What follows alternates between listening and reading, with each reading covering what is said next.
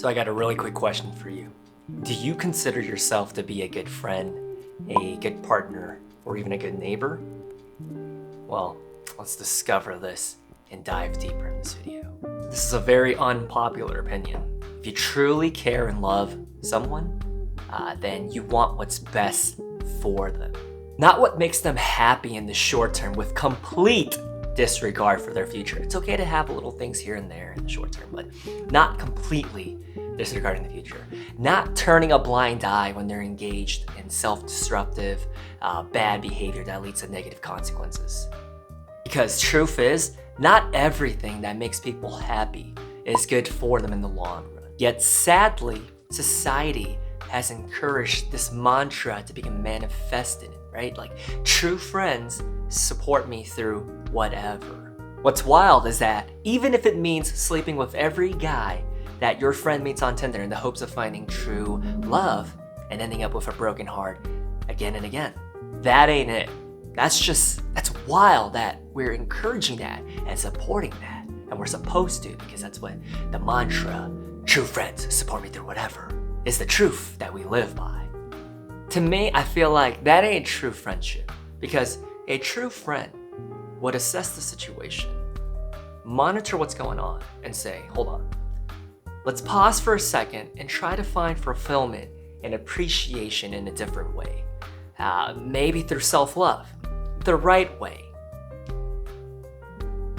On another note, I literally buzzed my head with a 0 on the Clippers back in late May. Now look how much hair I have already. But anyways, why did I make this video today? Because, truth be told, I'm sick and tired of people claiming to love someone or to be friends with someone, but not speaking up when they see their loved one or their friend making a poor decision time and time and again. And sure, we can say like, hey, they're gonna learn on their own from these mistakes and from these consequences. But what I'm trying to say is, does it always have to be that way? Do we always have to wait for them to crash and burn and then to be like, hey, told you so? Can't there be another way around it where we can kind of step in and potentially guide them towards a different way, and where we can at least come from a place of concern and care and to let them hear of our true love and friendship for them? All I'm trying to say is that you could potentially make the difference between them making a life-changing decision that will haunt them or guiding them towards making choices that leads to consequences that are good for them inherently. Maybe you can even prevent them from drowning in their own misery. For example, just play along with me, okay? But I do have a dog, okay? So I have a dog named Bernie who loves to run around the table whenever I eat a meal in the hopes of catching anything that drops from my plate, whether it's Korean, Mexican, or Italian, etc. He doesn't care.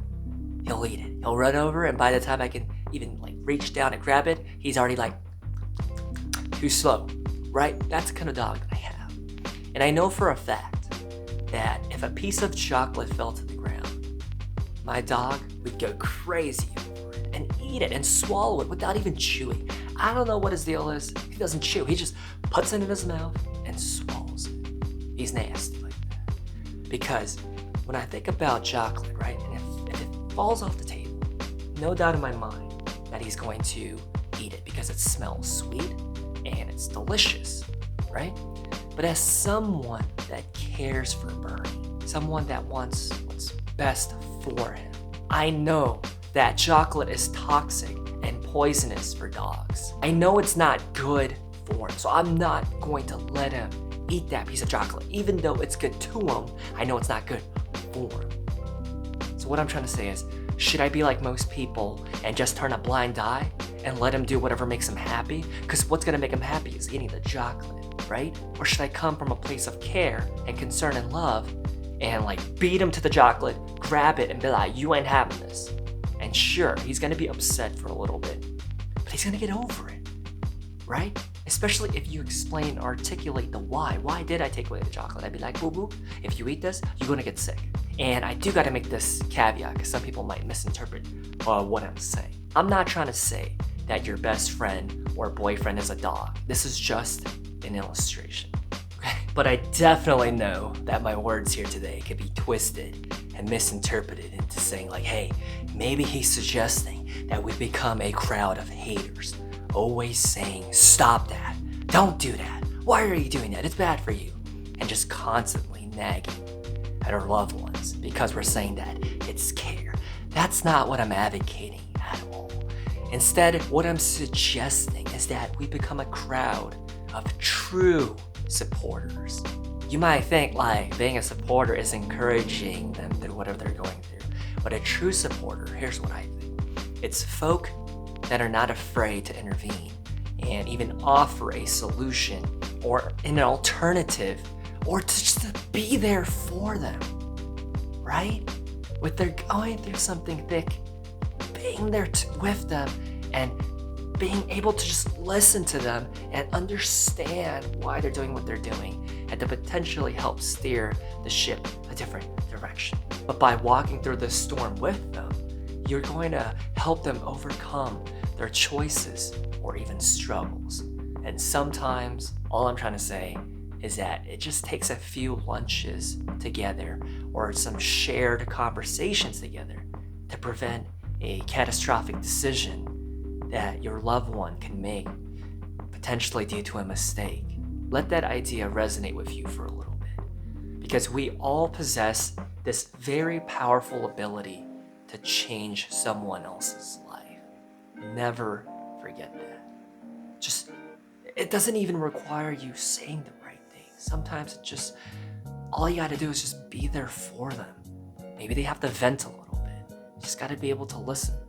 If you're not a good listener, then maybe provide some solutions. Like, just do something, right? I guess what I'm trying to encourage is just be there for them. Especially if you know that they're going through a dark time and that's why they're doing these poor decisions. That makes even more sense, right? Maybe they went through a really tough breakup, or they failed out of college, or maybe they got into a terrible accident, etc. You understand the story and the narrative. You can help what is written on the next page, where it goes from there. You could be the supporting cast member in their book of life, in their movie story. All this to say, there's definitely going to be some rebuttals, right? You'll hear people say like, mind your own business. Let them do whatever makes them happy, right? Haven't you heard that a lot? Especially scrolling through Zynga and MySpace and Tumblr. What, nobody uses those anymore? I'm kidding. Maybe like scrolling through Instagram or TikTok. Like, that's kind of like the mantra that we live by right now, right? Just mind your own business and let people do what they want to do. But I just feel like, is that really the best way for us to interact with the loved ones in our life? That's all I'm trying to suggest and ask.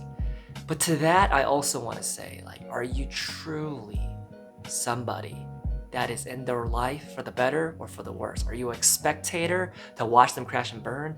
Or are you someone that can genuinely say that you care about them and you cherish the relationship enough to not want to see them spiral into a trap, a hole of misery? And I get it, like, yo, if you've tried before and it stresses you out beyond belief, then absolutely take a break, and take a step back, right? There's no point in you also getting dragged into the poor decisions or into a season of hopelessness. That's not what I'm encouraging. Because if no matter what you do, and they still won't listen, then at least at the end of the day, you can genuinely say like, hey, I tried. And a powerful quote that helped me a lot back in the day is this: you can lead a horse to a well of water, right? But that does not mean that the horse will drink it. You can do whatever you can to give it what it needs, or your friend what they want and need that's good for them, but it doesn't mean that they're gonna take it. That's some words of wisdom right there, slapping you right across the face of the screen. Bam! Right there. But if you can offer up a 10-minute conversation with them, or even just shoot a chain of text messages, then do it, right? It's worth the effort. I mean, imagine how much time you spend doing other things. Can't you just spare 10 minutes? 10 minutes, especially if you know the history that you've had with this person or this individual or your relationship. Are they not worth 10 minutes? Sometimes they're not worth the 10 minutes, I get it. But if this is something that you haven't really tried intervening with, is it not worth the 10 minutes? So when we think about our circle or our friends that are in our life, it's important to understand that some of them may be good to you, but not good for you. Not everyone in your life is going to be good for you. They might be good to you in the heat of the moment, or when you're hanging out, or when you go out, right? Maybe they encourage you to take one more shot when you're already at your breaking point, and you know that ain't it, right? You and I both know that ain't it. Or maybe they cheer you on as you move on from heartbreak to heartbreak with different guys or gals, and they just encourage it like, oh yeah, get at it. Good to you, not good for you. Maybe they inspire you to make bad decisions after bad decisions after bad decisions. In the end, all I'm trying to say is that from your company and your community, you can end up getting really, really hurt. So it's important to evaluate the people that you associate with and the energy that you bring into your life. If you surround yourself with negativity, that's all you'll receive. If the people around you are toxic, constantly complaining, pointing out flaws, that ain't it. However, on the other end, if you associate yourself with individuals that bring out the best in you, challenge you to become better, and even inspire you, you might have something special there. And I'll leave you with this quote that kind of just sums up what I'm just trying to convey here. Sometimes some people learn lessons better through quotes. As iron sharpens iron, so one person sharpens another. One person can be encouraging you to become better, to do better, to be good, or they could be making you more dull, making you worse, making you a bad person. Good to you in the heat of the moment, but are they good for you? If I had to describe this video in 2 sentences, it's this. A good and a true friend in your life will help you for matters that are good for you, but also speak up when they know that what you're doing is bad for you.